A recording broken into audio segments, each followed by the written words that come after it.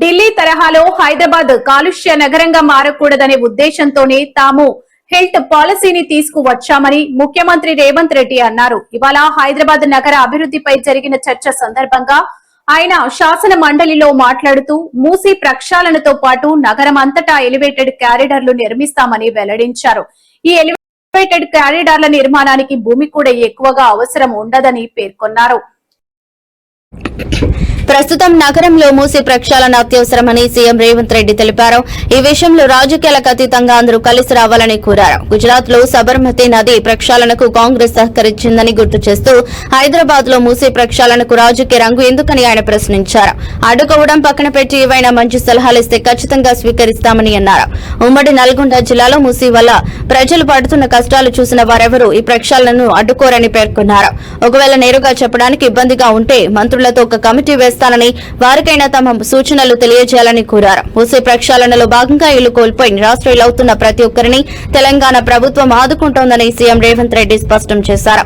అందరికీ మెరుగైన వస్తువులు కల్పిస్తాం, ప్రతిపక్షాల ట్రాప్ లో పడి ఆందోళన చెందవద్దని సీఎం రేవంత్ రెడ్డి శాసన మండలి వేదికగా ప్రకటించారు.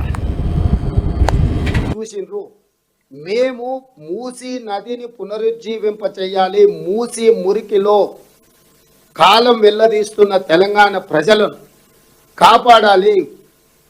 వాళ్లకు ఒక మంచి జీవన విధానాన్ని ఇవ్వాలి, వాళ్ళకు ఉపాధి కల్పించాలి, వాళ్ళ ప్రత్యామ్నాయం ఇళ్లను కేటాయించాలి, వాళ్ళ భవిష్యత్తు ఆశాజనకంగా ఉండడానికి అవసరమైన ప్రణాళికలు రచించాలని ఆలోచన మా ప్రభుత్వానికి ఉన్నది.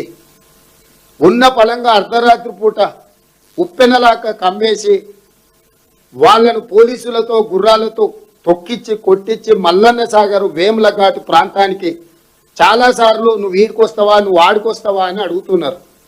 ఈడికొస్తావా ఆడికొస్తావా కాదు, ఏటిగడ్డ కిష్టాపూర్కైనా వేముల ఘాట్కైనా మల్లన్న సాగర్కైనా రంగనాయక సాగర్కైనా కొండ పోచమ్మకైనా నేను వస్తా, సెక్యూరిటీ లేకుండా వస్తా. సిద్దిపేటలో కట్టిన రంగనాయక సాగర్కు రమ్మన్నా వస్తా,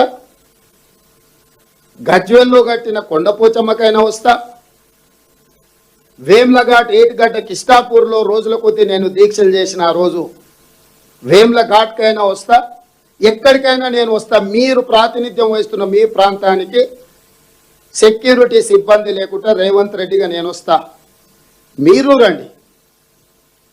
రచ్చబండ